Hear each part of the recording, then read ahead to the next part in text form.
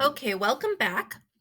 We're going to be reviewing um, debt, credit scores, credit reports, and definitely if anything comes up that you're curious about, you want to talk about more, email me.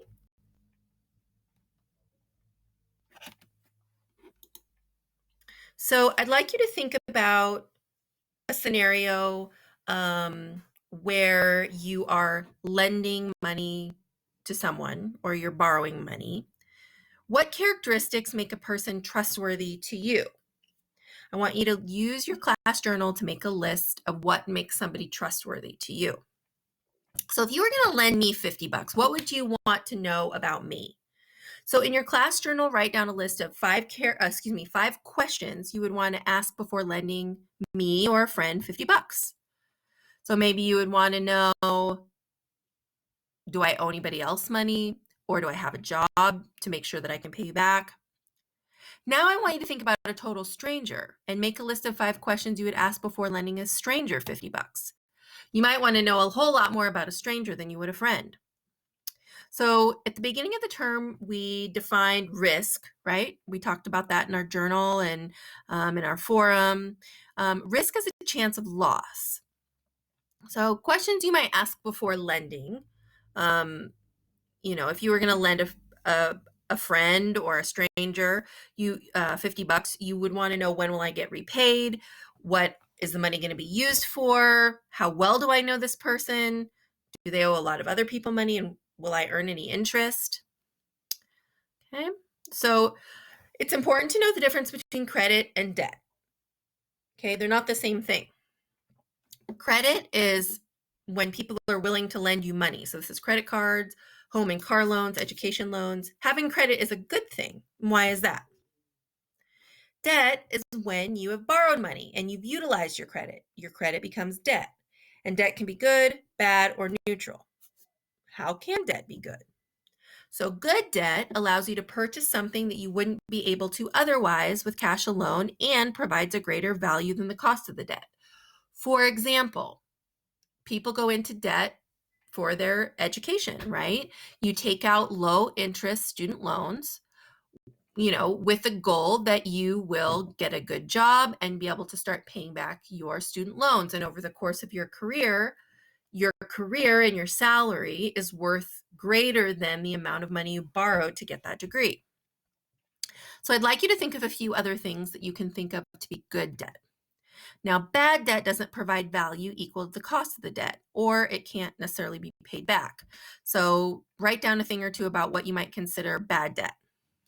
Neutral debt is like a credit card that you can pay off right away. So when students want to establish credit, we often recommend they use a credit card to pay for gas or other low-cost expenses that they know that they can pay off at the end of the month.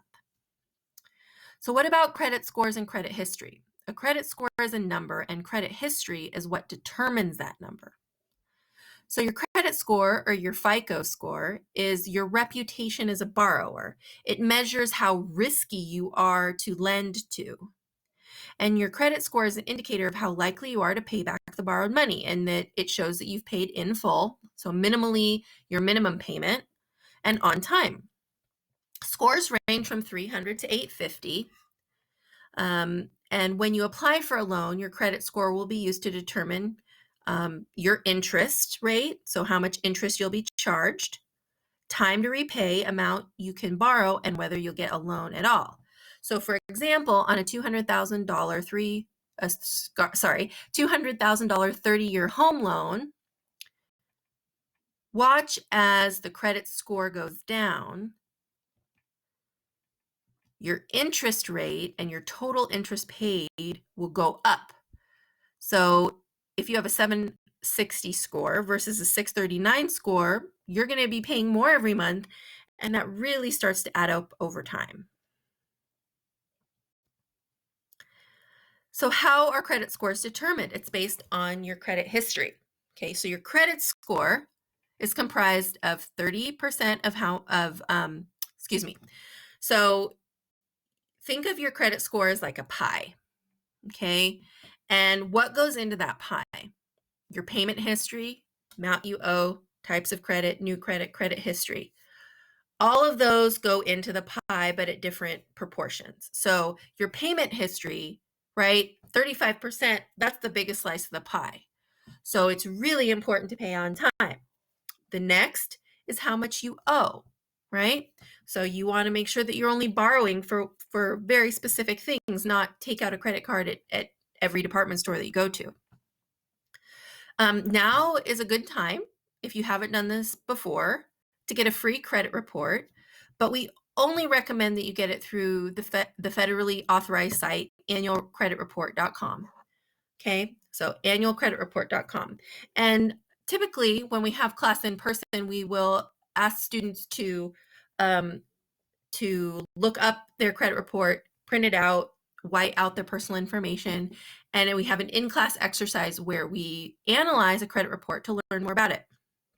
So again, payment history is the biggest slice of the pie, and it looks at how many bills have been paid late, has anything gone to collection, have you gone into bankruptcy? And a tip here is that you might use auto bill pay to pay for bills that you know when they'll come out and you know exactly how much will be taken out from your account, but it helps you keep a strong credit history. So 30% of our credit score pie is made up of outstanding debt. So this is how many credit cards that you have out that are maxed out at their limit, or how much you owe on a car or a home. The rule of thumb here is to keep your card balances at 25% or less of their limits. So if you have a $1,000 limit on a credit card, you wouldn't want to have more than $250 that you owe on that credit card. So 15% of our credit score pie is the length of credit history, and the longer you've had a credit account, the better it is for your overall credit score. 10% of your credit score pie is new credit inquiries. There's a difference between a hard inquiry, like for applying for a car loan or a home loan, and a soft inquiry is something where you look at your own credit, or if you apply for a credit card. But you don't want to request a lot of credit cards within a short period of time, because it doesn't look very good. And though though soft inquiries aren't a bad thing, if you're applying for a lot of credit cards at once, it can kind of look funny. So, do your research, determine which credit cards are right fit for you, and don't just go applying to every single card you can. So 10% of the credit score pie is also a variety of credit. For example, do you have a car loan and a credit card? I think that a variety of credit looks good, especially over time. When you're young, you may just have a credit card or two, but just make sure that you are only taking out credit when you need it and you pay everything on time.